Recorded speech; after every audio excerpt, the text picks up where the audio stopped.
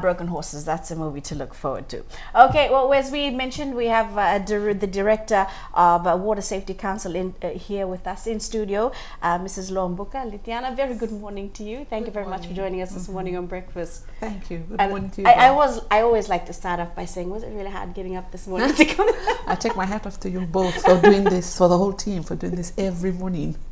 Okay, Litiana, basically, Water Safety Council of Fiji, you've got a report that has come out, and this report in 2014, you've had one come out in 2013 and 2012, basically on the, drowning, and I've also just chin-wagging a little bit, talking about how 2015 drownings from police alone, the official number source from police came out that had 5 people.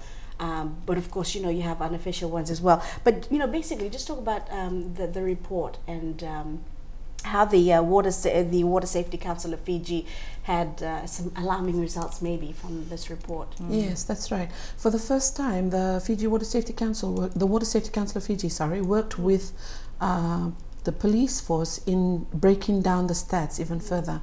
We've been very grateful to the Fiji Met Services and the Fiji Police Force for providing all the data. And what we found was that of the 47 drownings in 2014, 47 drownings, more than 50% was less than under 25. So, and 77% of that, 77% of the total drowning occurred during the cyclone season. This is why the data from the Fiji Meteorological Services and the Fiji Police Force was very helpful, because we were able to break it down. Of course, Fiji Police have a different division. They have different divisions for the whole country. And what we did was just pull it up for Northwest, East, and Central. And we put the drownings into those 4 divisions. And the leading, if you can say, if it can be used in that context, is the Western Division. We had 40% of the drownings happen in the Western Division. And the Northern Division had 26% of the drownings. And 23% was in the Central Division. And 11% was in the Eastern Division. Alarming that 40% that happened in the Western Division, most of it happened during the school holidays. Now, combine the weather, the cyclone season, the heavy rainfall. It didn't have to actually be a cyclone, just the fact that it was heavy rainfall during that period. This is when we found that 77% of the drownings occurred. This is the first time we were able to actually trace use the data to find that correlation. And it's alarming. It is alarming, because we're so, Fiji, we grew up around water. And we're so fond when we've had some weather like that and the creeks and the rivers are flowing with a bit of a current, everyone starts to go in. And that needs to come to a stop. We need to be a bit more conscious. We need to be a bit more aware, and that's what Water Safety Council is all about. It's just a group, it's just individual stakeholders, organizations like the Super City Council, Red Cross, Fiji Red Cross, Fiji Sports Council. We've all come together with sporting bodies like the Fiji Surf Association, Fiji Swimming, and we've all put our efforts into trying to promote water safety tips for everybody. And we're trying to put a curriculum together that's going to be introduced if the Ministry of Education approves it, and we're hoping that it'll go through to the Ministry of Education and approved by government, is that this unit gets introduced into the curriculum that will allow for the younger children, class 3 level, to have it in their social science, whatever the unit is, to have it introduced as a unit, talking to them about water safety tips. Don't go into the water if you can't see the bottom, because you don't know about the debris. Don't cross it if it looks like it's the current is too strong, Just things like that we take for granted, we take it for granted. But now it's coming to light that, we need to really raise the awareness in our communities. Yes. So that stat alone, that 77% stat, that really made us worry, yes. And also, Litiana, we were talking about this earlier, drowning is preventable. It is preventable. But then we're finding out, places that we're going wrong. Very basic things, like you said, when there's a warning that's sent out, stay away from flooded drains and creeks, any body of water is enough for little children to actually drowning. Yes, and it's really, like the stats are quite alarming, because I'm looking at toddlers, 21% of toddlers that drowned were actually unsupervised. And drowning can happen so fast, you know, I mean, just so very quickly. Yes. You know, we've had so many sad stories, and like the Commissioner for Police said, you know, they have to go and investigate it and investigate the drowning incident, and then they have to go and see parents who've just lost a child and take them in for negligence. You know, that we don't want that kind of scenario. We don't want to have people actually lose a family member, a loved one, and then they are having to face these charges of, you know. So what we're encouraging is for people to just have responsible parenting. It's not just the parents, it's the guardians, it's anyone who's left to supervise them. You know, make sure that there's barriers to the water. You know, there was also a sad story where a mother of a 3-year-old was still breastfeeding when the younger one crawled off. Oh, sorry, my apologies, it was the other way around. And that in itself is so, it's so sad, because it could have been avoided. You know, your earlier comment about prevention, all it took is a barrier. You know, if we can just put barriers up, in the villages, if we can put barriers up to the water in the swimming areas, if you use natural resources like bamboos, just putting them up, erecting them as a community, making sure that we're trying to keep the children away from getting to that little shallow creek. That's all it takes. It's just a little bit of water. Yes. That's right. It may look shallow, but it's very dangerous. So, you know, just erecting something so that by the time the child tries to get around it, the adults in the village or the community are aware, and they've reached the child, you know, to say, come away from there, you know. But that's what we're trying to promote. We're trying to promote safety for children to learn how to swim. Learning how to swim is good. It's a fantastic skill to have, because it means you're prepared. But it will not solve the problem, because you also need to be aware about safety tips, about not going into rushing water, you know, about not swimming alone. We should never swim alone. We had 6 cases. Of the 47 that drowned, 6 of them were epileptic. And only 1 of them had someone swimming with them.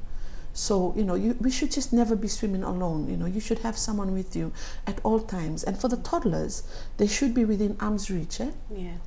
There's a campaign within arm's reach that happened in our sister countries, and what we need to do is to take on that knowledge and promote that and push that message out to all our communities about swimming alone. When the children are swimming, we need to be within arm's distance of them so that you can pull them up, not on the beach watching the children and going, are you okay? You know, that's even that is too dangerous. That's a risk. Yeah. So it's just things like that will continue. And CPR. Of the 47 that drowned, 8 of them had CPR administered. You know, that's obviously not enough. It's not nowhere near 50% of that. But what we need to do is to promote for us to promote that life-saving skill. Now, the Water Safety Council is there to try and do this collaborative, to coordinate everything. But really, every member of this country, every citizen in this country, we are all Water Safety Council members. We are all Water Safety Council coordinators in our own families, in our own villages, in our own communities, church communities, whatever, to try and spread that message, you know? Yes. Yeah. So it was good that on the breakfast show we had actually carried out a demonstration with the Water Safety Council of Fiji. But it's so important that we probably will need to do it again. Yes. But yeah, thank you so much, Litiana. If just very quickly we can look at some of the stats that actually came out of the report. 47 people died from drowning. 72% were males. 21% were unsupervised toddlers aged 1 to 5 years. 13% were men who were out diving, fishing, or snorkeling, and over half the victims were under the age of 25. Well, we've got a video here as well that we'd like to share with you. Let's watch it.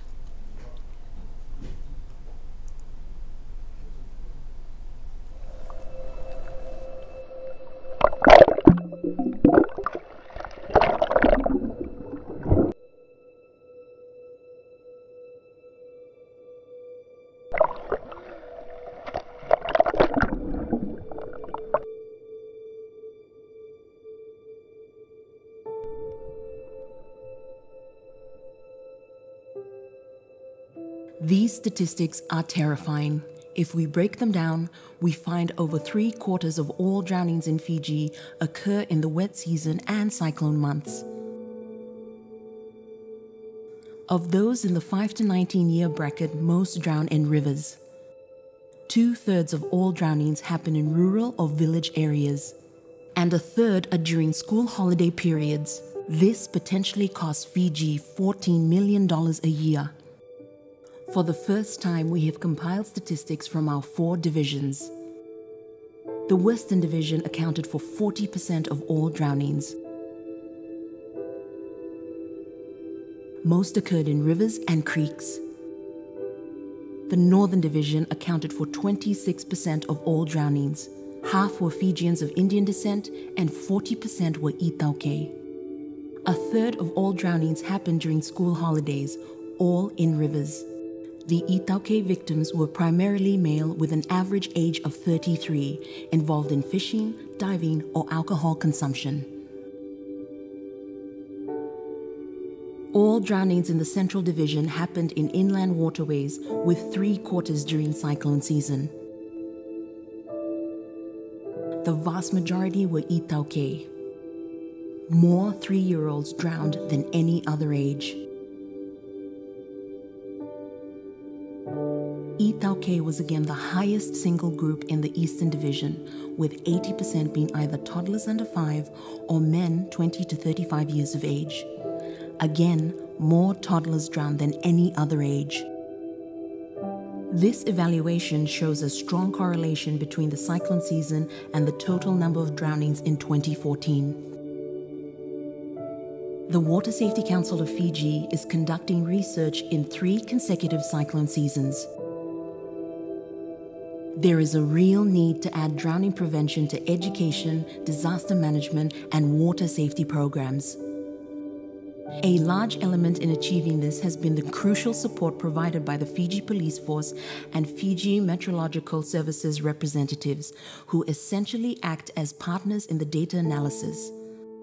The Water Safety Council of Fiji looks forward to working cohesively with all respected stakeholders in 2015. So there you go. That's a short video to show you some alarming, results there, stats on drowning in Fiji. And of course, we're thankful that Litiana Loabuka is here. Mr. Loabuka, maybe you would like to give a last message, just a message to our viewers on Breakfast Fiji One this morning. Thank you, ladies. Sadly, the World Health Organization has stated that drowning is the 3rd leading unintentional death rate in the world, and Fiji can do our share. We can do our part to reduce this, and drowning is preventable. And we're asking that everyone out there, that we all do our part in our little way to ensure that the people in your community are safe out in the water. Thank you. All right. Thank you so much again Thank you very for much your for time. that. Okay, stay with us. When we come back after the break, Taitusi has caught up with the Japanese A-team.